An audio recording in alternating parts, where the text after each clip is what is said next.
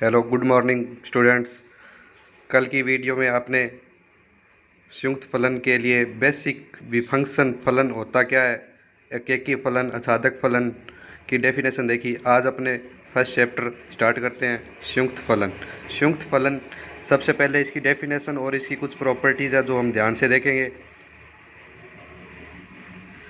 संयुक्त फलन की डेफिनेशन देखने के लिए अपने इस डायग्राम को समझना होगा। डायग्राम में आपको दिखाई दे रहे हैं अभी तीन इसके अंदर सेट दिए हुए हैं, ए बी सी। ए से बी के अंदर फंक्शन एफ है और बी से सी के अंदर फंक्शन जी है।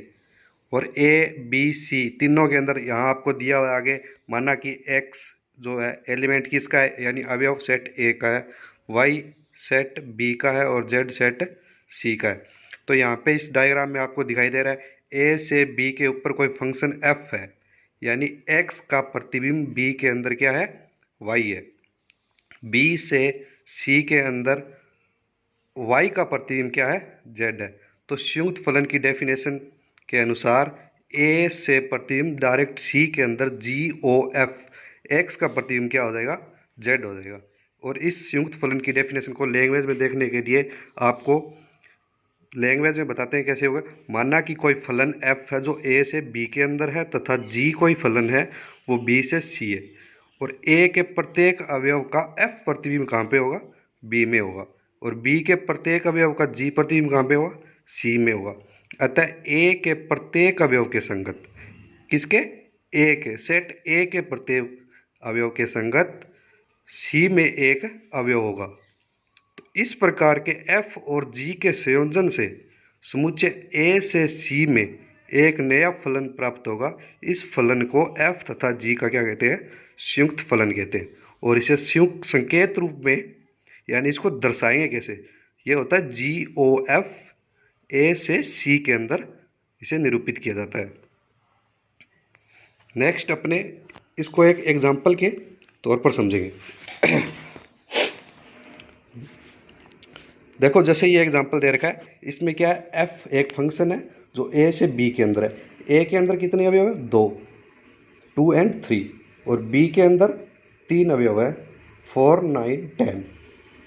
F x equal to x square, ये आपको रिलेशन दिया हुआ है, ये क्या है, रिलेशन है। जहाँ आप x की वैल्यू a से उठाएंगे तो एक्स स्क्वेयर आएगा उसका b से। सेट a को आप प्रांत बोलते हो और सेट b को सह प्रांत बोलते हो। तो F2, तो 2 का स्क्वायर करना पड़ेगा क्यों, x की वैल्यू 2 रखी है और रिलेशन आपको x स्क्वायर दे रखा है। तो x स्क्वायर यानी 2 का स्क्वायर करोगे तो 4 एलिमेंट किसका है, b का, यानी इसके सह प्रांत का है। इसी तरह आप F3 रखोगे तो 3 का स्क्वायर कितना होगा, 9, 9 किसका अवयव है, इसके सह प्रांत का, यानी एलिमेंट ऑफ b। अब एक चीज़ देखो आप यहाँ पे, f ऑफ a क्या है, range of f of a, यानी a की जगह आपने a के अवयव रखे तो वो इसकी क्या आई, रेंज आ गई। रेंज ऑफ f क्या है, 4 and 9, जो किसका सबसेट है, b का। नेक्स्ट इसी तरीके से आप, ये तो एक फंक्शन था f, अब आप g से चालू करो। g के अंदर 3 अवयव है, 4, 9, 10, और ये b हो गया, इसका सह प्रांत था। f के लिए तो क्या था, सह प्रांत, लेकिन अब g के लिए क्या है, प्रांत। और आगे 8, 18, 20, 24, ये 4 अवयव दिए हुए हैं जो सेट सी के अंदर है, ये इसका सह प्रांत बनता है। देखो जी ऑफ एक्स आपको रिलेशन दे रखा है 2x के बराबर, G4 बराबर 2 × 4, क्या हो गया, 8 एलिमेंट सी का है या नहीं है। तो इसी तरह G9 2 × 9 इक्वल टू 18, ये भी एलिमेंट सी का। तो अब तीसरा अवयव 10 रखो तो 2 × 10, 20, ये भी इसका क्या हो गया, एलिमेंट ऑफ सी का। तो अब देखो जी ऑफ बी, 8, 18, 20 ये आए हैं, ये इसकी क्या है, प्रास है, और ये प्रास क्या है, इसके सबसेट है, किसके, सी के। अब इनमें से एफ से ए से, सेट ए से सेट सी में डायरेक्ट रिलेशन बनाना है तो किस तरीके से बनाएंगे। देखो G4 की वैल्यू क्या आई, 8, तो G4 को आप क्या लिखोगे, F2 की वैल्यू कितनी थी, देखो F2 की वैल्यू थी 4, और G आ गया तो G का मतलब 2x, रिलेशन क्या है G का, 2x, तो 2 × 4 कितना बनता है, 8, इसी तरह G9 के लिए आप क्या लिखोगे इसको, F3, GF3, F3 की वैल्यू कितनी थी 9, तो G के आगे 2 है, 2 इंटू 9 18। देखो कहने को तो ये इसका एक एग्जाम्पल दिखाई दे, लेकिन ये देखो ये इसका जो सह प्रांत, जो इसकी प्रीसर है एफ ऑफ का की रेंज है, ये बी का क्या है सबसेट है। और जिसी तरह ये जी बी 8 18 20 ये आया है, ये इसकी क्या है रेंज है, लेकिन ये सबसेट है किसका, सी का। तो ये इसकी एक तरह से संयुक्त फलन की प्रॉपर्टी को दर्शाता है। अब देखते हैं अपने संयुक्त फलन की प्रॉपर्टी। संयुक्त फलन के गुण यानी प्रॉपर्टी, इसमें पहली इसकी प्रॉपर्टी है संयुक्त फलन के द्वारा क्रम विनिमय गुणधर्म का पालन करना आवश्यक नहीं है। क्रम विनिमय यानी जी ओ एफ ऑफ जी के बराबर हो यह आवश्यक नहीं है, लेकिन विशेष परिस्थिति में जी ऑफ एफ और एफ ऑफ जी बराबर हो सकते हैं। जैसे कि आपको मैंने एक एग्जाम्पल के द्वारा नीचे दिखाया, एफ आर से आर यानी रियल नंबर से रियल नंबर के अंदर कोई फंक्शन है एफ ऑफ एक्स जिसका संबंध एक्स स्क्वायर बराबर है। इसी तरह जी आर से आर में कोई रिलेशन है जो जी ऑफ एफ एक्स के बराबर एक्स क्यूब दे रखा है। तो अपने पहले जी ऑफ एफ एक्स निकालते हैं आर से आर के अंदर। तो जी एफ ऑफ एक्स, अब किसी के मन में ये बड़ा ब्रैकेट क्यों लगाया, छोटा लगा सकते थे या मजला लगा सकते थे। तो देखो मैं आपको बता देता हूँ, मजला ब्रैकेट ऊपर जो सेट दिया होता है ना, और सेट में अवयवों को मजले ब्रैकेट में दर्शाते हैं, और छोटा ब्रैकेट यहाँ एफ ऑफ एक्स के लगाया हुआ है, तो यहाँ बड़ा ब्रैकेट इसलिए लगाया। जी ऑफ एफ एक्स की वैल्यू क्या थी एक्स स्क्वायर। अब एक्स स्क्वायर पे जी यानी इसका ये जी वाला संबंध लगाना है, तो ये एक्स स्क्वायर का क्या करना है क्यूब करना है, तो कितनी हो जाएगी एक्स की पावर 6। तो जी ऑफ एफ एक्स कितना आ गया एक्स की पावर 6।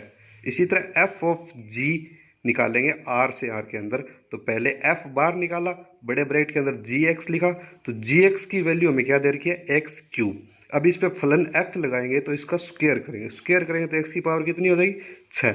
तो यहाँ देखो जी ऑफ एफ एक्स बराबर आता है एफ ऑफ जी एक्स के।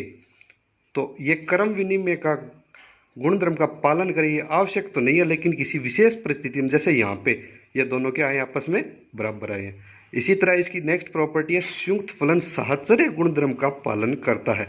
जैसे नीचे दिखाया हुआ है एफ ऑफ फिर ब्रैकेट के अंदर जी ऑफ एफ एच। अब ऑफ एच अब वो बाहर निकाल दो, f of g of h ये बराबर होंगे, ये साहचर्य गुणधर्म का हमेशा ही पालन करता है। नेक्स्ट प्रॉपर्टी है इसकी दो अकेकी अछादक फलन। अकेकी अछादक फलनों का संयुक्त फलन भी क्या होता है अकेकी अछादक फलन है, और अकेकी अछादक फलन मैंने आपको पहले ही बता दिए। अब अपने स्टार्ट करते हैं एक्सरसाइज, क्योंकि इसके एग्जाम्पल सिंपल है। मैं आपको एक्सरसाइज के 1-2 क्वेश्चन करवाऊंगा, उसके बाद आप एग्जाम्पल खुद करके देखोगे। अगर डेफिनेशन आपको समझ में आ गई तो फिर आप एग्जाम्पल भी ढंग से कर लोगे। अगर डेफिनेशन समझ में नहीं आई तो मुझे पर्सनल मैसेज कर सकते हो, मैं दोबारा आपको बता दूंगा। तो इसका पहला क्वेश्चन है एफ रिलेशन है आर से आर में, और जी भी एक रिलेशन दिया हुआ है आर से आर में। तो इसमें एफ ऑफ जी एक्स और जी ऑफ एफ एक्स ज्ञात करना है। तो एफ ऑफ एक्स बराबर क्या होता है, इसमें दे रखा है आपको 2x + 3, और जी एक्स कितना दे रखा है एक्स स्क्वायर प्लस 5। तो एफ ऑफ जी एक्स यानी एफ बाहर निकालिए जी एक्स की वैल्यू रखो कितनी है एक्स स्क्वायर प्लस 5। अब जहाँ पे x है ना वहाँ पे f यानी फलन लगाना है। तो एफ एक्स की वैल्यू क्या दे रखी है 2x + 3। तो आपको फलन f हटाओगे यहाँ से, तो जहाँ एक्स स्क्वायर है ना तो वहाँ x की वैल्यू क्या रख दोगे 2x + 3, यानी 2x + 3 का होल स्क्वायर प्लस 5। 2x + 3 का होल स्क्वायर करेंगे तो इसका 4x² + 12x + 9 आएगा, आपको पता है प्लस 5। अब 9 + 5 14, तो 4x² + 12x + 14, ये इसका क्या हो गया एफ ऑफ जी एक्स आ गया। इसी तरीके से अपने जी ऑफ एफ एक्स निकालेंगे। जी ऑफ एफ एक्स के लिए आप जी बड़े ब्रैकेट से बाहर कर लिया, एफ एक्स अंदर, एफ एक्स की आप इसके अंदर वैल्यू पुट करोगे तो आपको एफ एक्स दे रखा है 2x + 3। अब 2x + 3 में जहाँ x है वहाँ पे आप इसको g का फलन लगाएंगे, और g का फलन आपको दे रखा है x² + 5। तो 2x की जगह आपने लिख दिया एक्स स्क्वायर प्लस 5 प्लस 3, तो इसको 2 से मल्टीप्लाई किया 2x स्क्वायर प्लस 10 प्लस 3, तो 2x स्क्वायर प्लस 13, ये इसका आंसर आ गया। अब देखो यहाँ पे f ऑफ जी एक्स और g ऑफ एफ एक्स बराबर नहीं आए, अतः यह क्रम विनिमयता गुणधर्म का पालन करे, यह आवश्यक नहीं है। और ये आपका गृह कार्य है ना, जो अब तक जितना भी आपने इस वीडियो में देखा है, ये सभी का सभी यानी सारे का सारा आप नोटबुक में नोट करके आओगे।